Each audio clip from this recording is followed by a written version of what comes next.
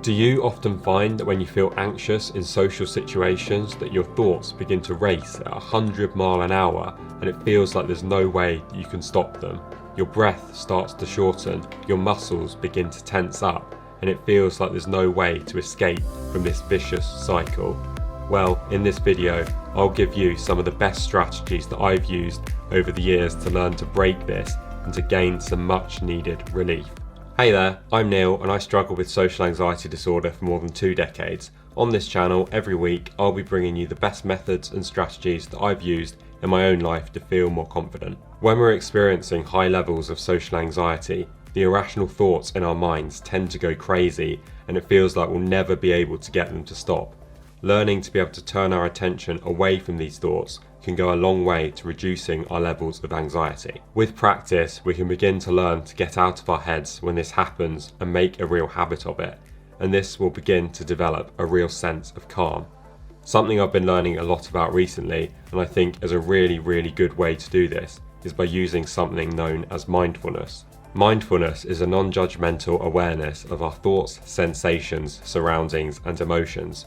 Meditation is one way that you can practice being mindful, but you don't have to meditate in order to be mindful. You can learn to take mindfulness into your day-to-day life and learn to redirect your attention away from your mind to what is happening around you. As all anxiety is future-based, then theoretically, if you can learn to stay in the present moment, then it's going to be impossible for you to feel anxious.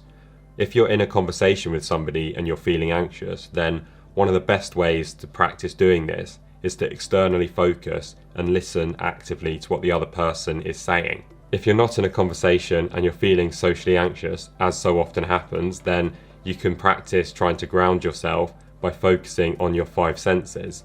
For instance, you can focus maybe on some of the things that you can see or things that you can hear, or perhaps even something that you can smell. Every time your attention gets drawn to something that you can see, you can note seeing. Every time it's drawn to a noise that you might hear, you could note hearing.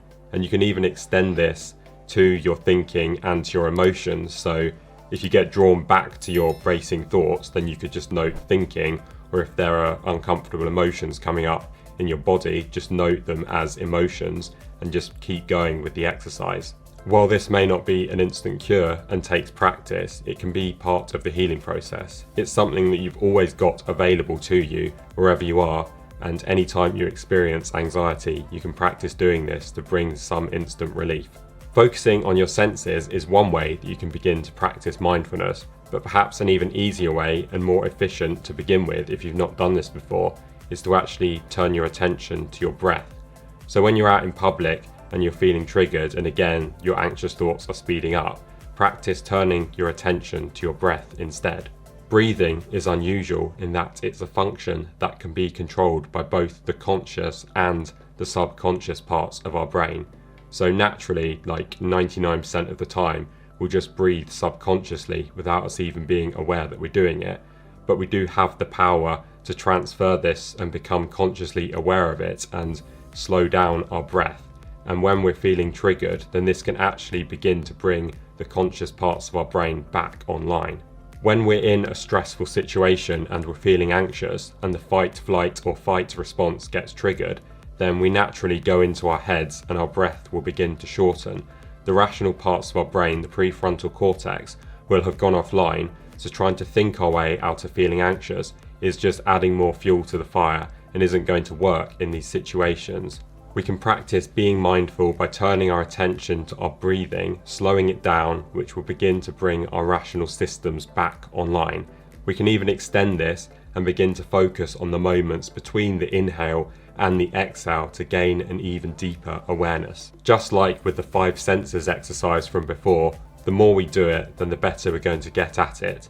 Mindfulness can be an excellent way to deal with anxiety, and it's one of the most talked about ways and most beneficial ways to improve it.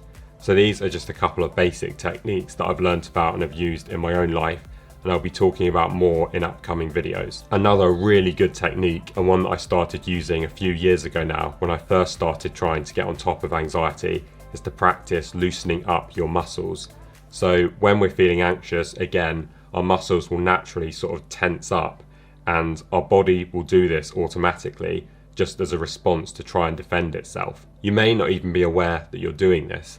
So for me, when I used to get really anxious in the past and sometimes still do in the present, I noticed that one of the first things that would really get tight were my shoulders, and even around my stomach, my sort of solar plexus, and all different parts of my body.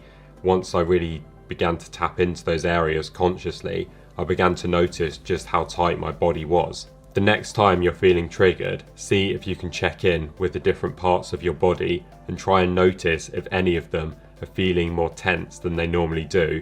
And if you haven't done this sort of thing before, you'll almost certainly find that there are different parts that do feel more tense than normal, and just see if you can try and tap into them and just gently loosen them up, and with time you will start to feel better. Again, by doing this is a form of mindfulness, and it will help to bring your attention away from your racing thoughts.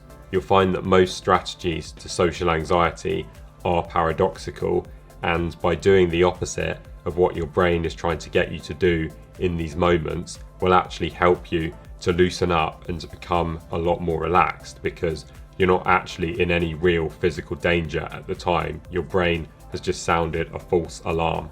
A good analogy of learning to loosen up your muscles could be if you've ever taken a cold shower, and when you step into the shower, it's almost impossible to get your body to loosen up if you've done it for the first time.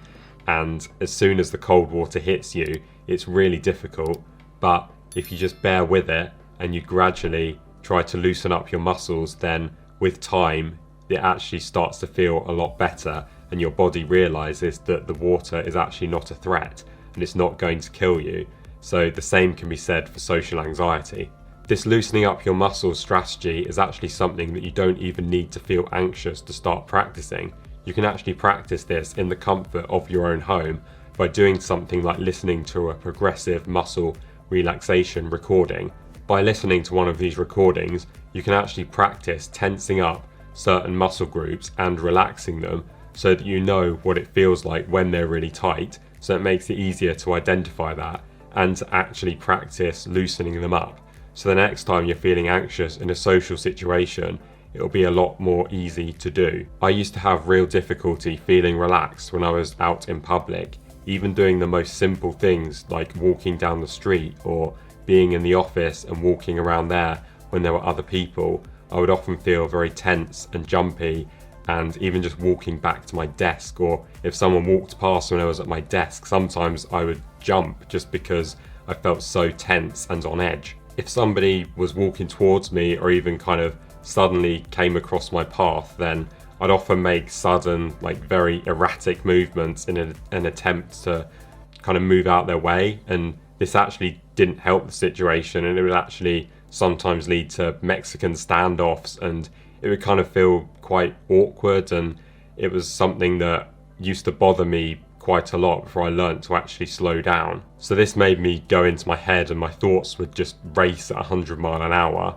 But instead, once I began implementing these slowing down strategies and I applied them to my body and my walking speed as well, so I did the opposite. Instead of speeding up when somebody was in my path, I'd actually slow down, and I could sort of seamlessly just kind of go past them, and it got rid of all that awkwardness, and I just learned to feel a lot more comfortable. Remember, anxiety wants to speed you up, so really most solutions to social anxiety are paradoxical. So in these situations, you need to do the opposite of what you've done in the past and learn to slow down whenever your brain and your body are telling you to speed up. All of these strategies will help us to just get out of our heads, to slow down, and overall they'll make us feel triggered a lot less. And the more you do them, the more you practice them, the easier and easier it gets, until they just become very automatic in your life. And it's something that you've always got available to use whenever you're feeling stressed and anxious, and it can just really help to calm you down